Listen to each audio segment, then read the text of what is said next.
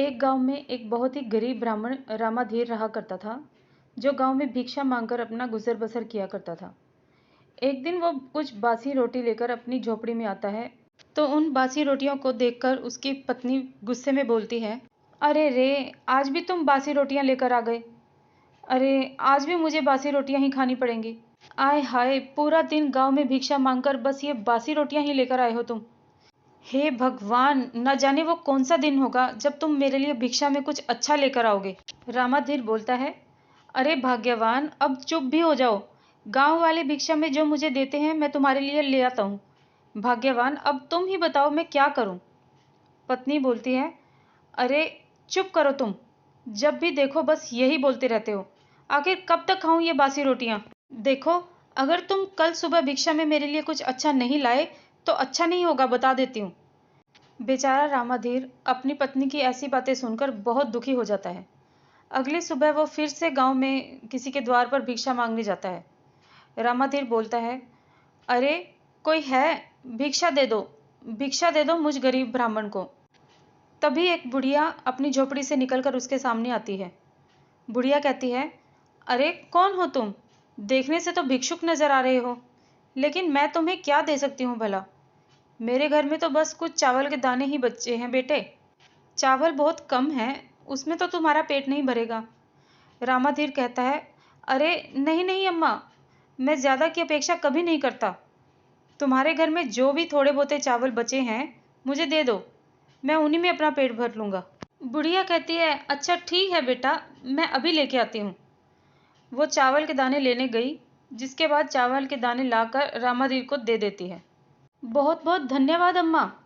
अच्छा, अब मैं चलता हूँ, मेरी पत्नी मेरी राह देख रही होगी।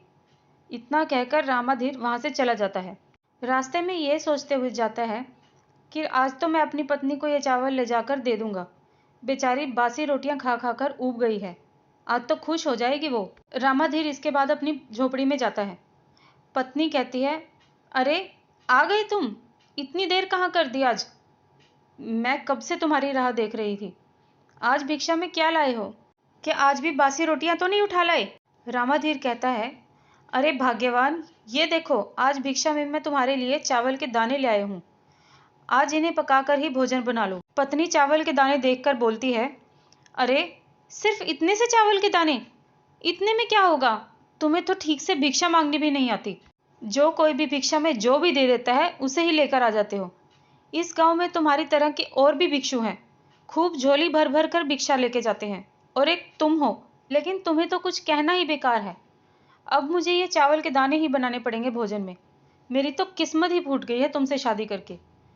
इसके बाद वो चावल बना देती है और लाकर रामाधीर के आगे रख देती है और कहती है, ये लो कर लो भोजन। रामाधीर देखता है कि थाली में सिर्फ थोड़े से ही चावल के दाने हैं।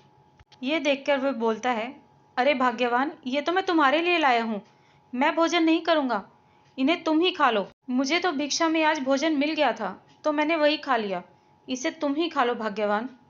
पत्नी कहती है, अच्छा, तो तुम भिक्षा से प्राप्त भोजन करके आए हो? वाह वाह, खुद भोजन करके आए हो और मेरे लिए बस थोड़े से चावल के दाने लाए हो।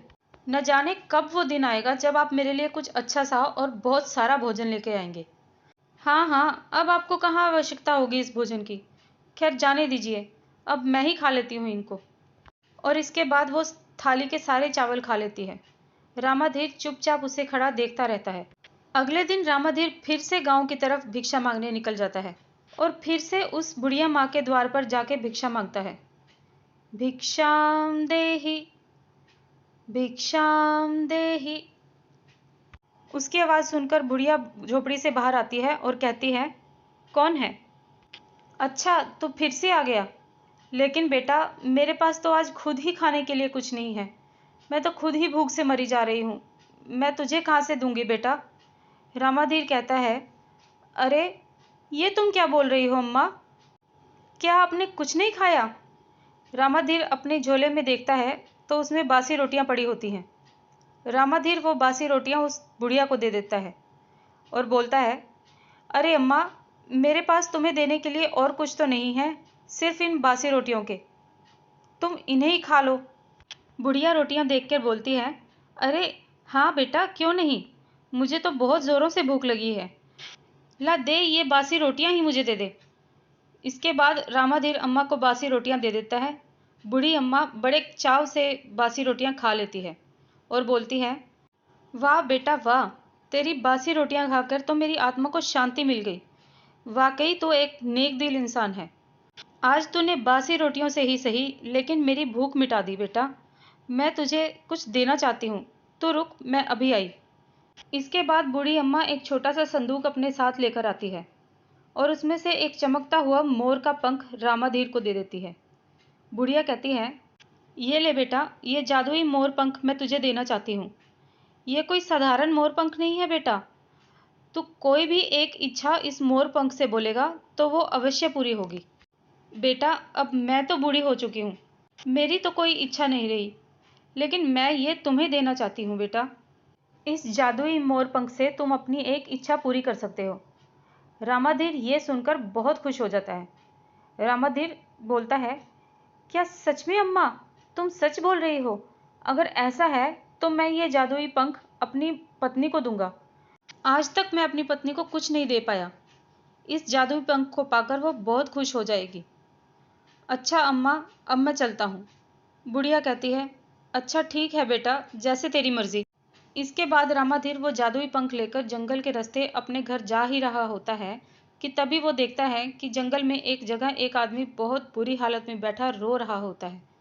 उसके रोने की आवाज़ सुनकर रामाधीर उसके पास जाता है और बोलता है, अरे भाई, कौन हो तुम? क्यों रो रहे हो? आखिर क्या बात है? क्या कोई परेशानी है? बताओ मुझे, तुम रो क्यों रहे हो? वो व्यक्ति बोलता है, मैं घोर परेशानी में हूँ, मैं मरने वाला हूँ। मुझे नहीं लगता कि मैं अब जिंदा बच सकूंगा भाई। उसकी बात सुनकर रामाधीर हैरान हो जाता है और बोलता है, ये तुम क्या कह रहे हो? कौन हो तुम और आखिर तुम क्यों मरने वाले हो? बताओ मुझे, क्या हुआ तुम्हारे साथ? वो व्यक्ति बताता है, मैं पड़ोसी राज्य का मंत्री भरत हूँ। कल सुबह मेरे जीवन की आखिरी सुबह होगी। मुझे मृत्युदंड की सजा सुनाई गई है। मेरा जीवन समाप्त होने को है। अगर मैंने जल्द से जल्द राजा की इच्छा पूरी नहीं की तो वो मुझे मृत्युदंड दे देंगे। रामाधीर कहता है, मृत्युदंड? लेकिन क्यों? क्या इच्छा है राजा की? बताओ मुझे। भरत बताता है, राजा की पत्नी और हमारी महारानी को एक बीमारी हो गई है। महारानी राजा की प्रिय रानी है और पूरे राज्य में सबसे सुंदर स्त्री भी है। लेकिन कुछ दिनों से उन्हें एक ऐसी बीमारी ने घेर लिया है जिसकी वजह से उनके पूरे शरीर पर बहुत भद्दे और खराब दिखने वाले निशान हो गए हैं, जिसकी वजह से अब वो बहुत क्रूर नजर आती है। कई वैद्यों को दरबार में बुलाया गया, लेकिन किसी के पास भी रानी की बीमारी का कोई इलाज नहीं मिला, जिसकी वजह से राजा ने मुझे आदेश दिया है कि अगर जल्द से जल्द मैंने उस वैद्य को नहीं ढूंढा जिसके पास रानी की बीमारी का इलाज हो तो वो मुझे मृत्यु दंड दे देंगे। रामाधीर कहता है, अरे रे, आप चुप हो जाइए। आपकी समस्या का इलाज है मेरे पास। तुम मुझे राजा के महल में ले चलो बस। भरत खुश होकर बोलता है, अरे, क्या तुम सच बोल रहे हो? तो चलो मेरे साथ, मैं तुम्हें राजा के महल में ले जाता हूँ। लेकिन तुम्हें वैद्य के भेष में ही राजा के पास चलना होगा। अगर राजा को पता चल गया कि तुम कोई वैद्य नहीं बल्कि साधारण भिक्षु हो तो राजा को बिल्कुल भी उचित नहीं लगेगा। इसके बाद रामाधीर एक वैद्य के वस्त्र धारण कर लेता है और मंत्री भरत के साथ राजा के महल में पहुंच जाता है, जहां राजा का दरबार लगा होता है। महाराज की जय हो। महाराज, मैं महारानी के उपचार के लिए वैद्य को ले आया हूँ महाराज। भरत कहता है, ये देखिए महाराज, ये बहुत ही प्रसिद्ध वैद्य जी हैं, जिन्हें मैं दूसरे राज्य से अपने साथ लेकर आया हूँ। ये सुनकर राजा बहुत खुश हो जाता है। राजा कहता है, अरे वाह मंत्री, हम तुमसे यही सुनना चाहते थे। आपका स्वागत है वैद्य जी। अब जल्दी से चलिए और हमारी प्रिय रानी की बीमारी को ठीक कर दीजिए। रामाधीर कहता है, जो आज्ञा महाराज। इसके बाद सभी रानी के पास जाते हैं, जहां रानी विश्राम कर रही होती है और कुछ दासियां रानी के पास बैठी सेवा कर रही होती हैं। राजा कहता है, उठिए प्रिय रानी, देखिए आपकी बीमारी ठीक करने के लिए दूसरे राज्य से प्रसिद्ध वैद्य जी आए हैं। तभी रानी अपनी आंखें खोलती है। रानी के पूरे चेहरे और हाथ पर बहुत ही अजीब और खराब दिखने वाले भद्दे निशान होते हैं, जिसकी वजह से रानी बहुत डरावनी दिख रही थी। रानी कहती है, नहीं नहीं महाराज, मैं किसी को अपना चेहरा नहीं दिखाऊंगी। देखिए तो कितनी कुरूप दिख रही हूं मैं। नहीं नहीं, मैं अपना चेहरा नहीं दिखाऊंगी। राजा बोलते हैं, रानी, तुम मेरी प्रिय रानी हो, यह तुम क्या बोल रही हो? देखो, वैद्य जी आए हैं, ये अवश्य ही तुम्हारी बीमारी को ठीक कर देंगे। रामाधीर रानी के शरीर के सारे अजीब और भद्दे निशान देखता है और थोड़ा हैरान हो जाता है। इसके बाद रामाधीर बूढ़ी अम्मा का दिया हुआ जादुई मोर पंख अपने हाथ में लेता है। तभी उसे याद आता है कि अम्मा ने कहा था कि इस जादुई पंख से कोई एक इच्छा पूरी की जा सकती है। रामाधीर अपने मन में बोलता है, हे जादुई पंख, मेरी इच्छा है कि तुम रानी की ये बीमारी ठीक कर दो। अगर रानी की बीमारी ठीक नहीं हुई तो बेचारे मंत्री भरत को मृत्यु दंड दे दिया जाएगा। रामाधीर जैसे ही जादुई पंख को रानी के मुख पर रखता है, अचानक देखते देखते काफी तेज रोशनी होती है और रानी के सारे भद्दे और खराब दिखने वाले निशान गायब हो जाते हैं। ये देखकर सभी बहुत खुश हो जाते हैं। रानी खुश होकर बोलती है, महाराज देखिए, देखिए ना, मैं एकदम ठीक हो गई हूँ। देखिए, मेरा रूप पहले की तरह चमक रहा है। देखिए ना महाराज, मैं फिर से सुंदर हो गई हूँ। राजा खुश होकर कहता है, वाह हमारे प्रिय मंत्री, हम तुमसे बहुत प्रसन्न हुए। अब तुम्हें मृत्युदंड नहीं दिया जाएगा। वैद्य जी, आपका बहुत बहुत धन्यवाद जो आपने हमारी प्रिय रानी की बीमारी को ठीक कर दिया। हम आपको भेंट स्वरूप 100 सोने की मोहरें देते हैं। इतना सुनते ही रामाधीर बहुत खुश हो जाता है। रामाधीर कहता है, आपका धन्यवाद महाराज, लेकिन आप एक सच नहीं जानते।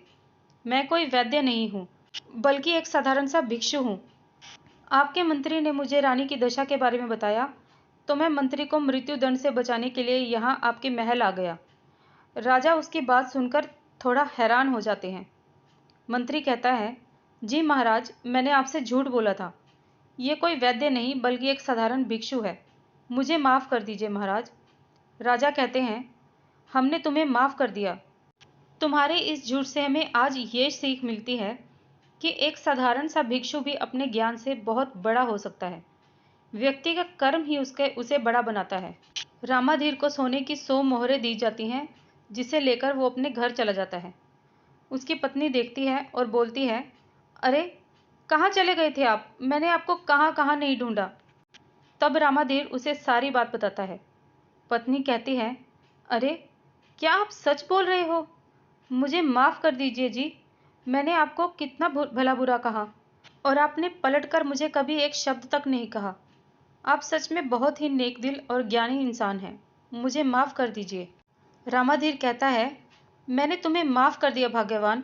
मेरे मन में तुम्हारे लिए कोई बुरी भावना नहीं। जो हुआ सो हुआ। तुम्हें अपनी गलती का एहसास हो गया, मेरे लिए इतना ही काफ़ी है। इसके बाद रामाधीर और उसकी पत्नी हंसी खुशी रहने लग जाते हैं।